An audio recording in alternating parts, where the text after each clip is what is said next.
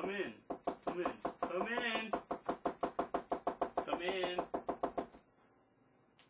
I'm going to ask the speakers to make some concluding comments in the reverse order because I want to hear from Maud last.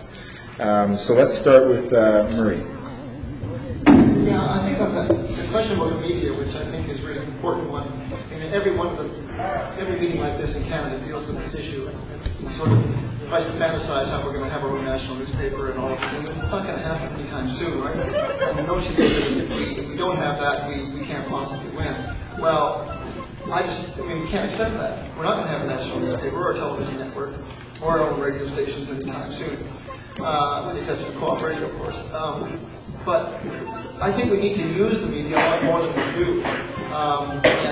This gives me an opportunity to tell you about a little project I've started called Word Warriors, which is I'm trying to get 1,000 people across the country who will agree to write a letter twice a month, and I will provide the data and analysis and arguments and send that out weekly. I've done 4 already. Got 170 people so far. So I hope you'll sign up. I'll put a sheet at the back there and you can give an email. But I think it's really important to understand why this is important. It's sort of amusing because how incredibly awful things are, and people say, well, what should we do? And I say, write a letter to the editor. It doesn't sound too terribly effective.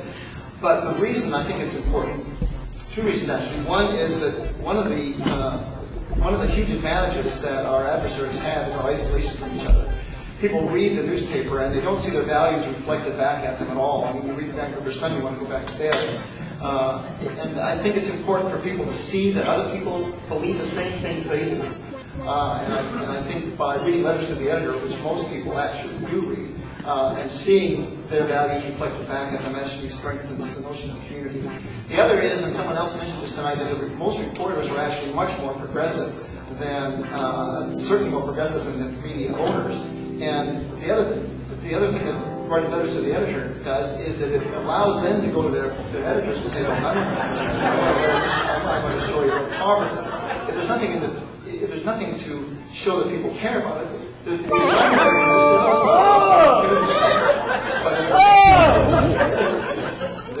then the reporter has something to fall back on to say people care. So I would encourage that. I would also encourage you to do the following, and that is find out who the news editor is at the Vancouver Sun and phone up and yell at them. In Saskatchewan, when the Tories were in power, they had 3 full-time reporters. That's all they did. All they did. Each night they looked at the media, on any negative article, phone the government reporter, and yell at his editor. And believe me, it has an impact. After a while, you just saw fewer and fewer critical articles because each reporter would go, God, if I say that, they'll get yelled at.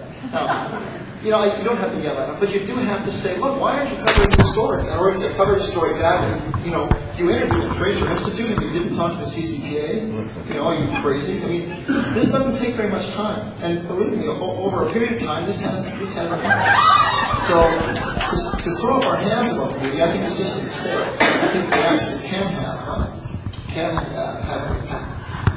I'm going to comment on one other thing, and that is someone asked who we should vote for. And I'm saying this strictly as an individual because I'm associated with a number of organizations. I just think it's absolutely clear who we should vote for, and that's the NDP.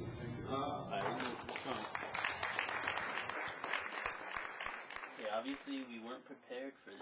Doing things with the party and trying to engage social movements that no NDP leader has done in 35 years. In fact, it's one of my huge frustrations as a social movement activist. I've never been in a political party.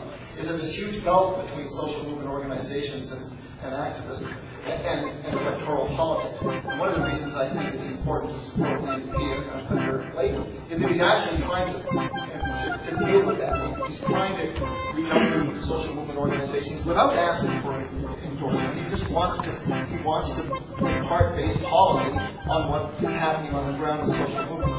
The other thing he's doing is he's trying to change the party into a social movement party, which it was when it was the CCF. So I think for those reasons, it's extremely important to do that. And if you've never been involved in an election, this is the one to get involved in. Thank you very much. Ready?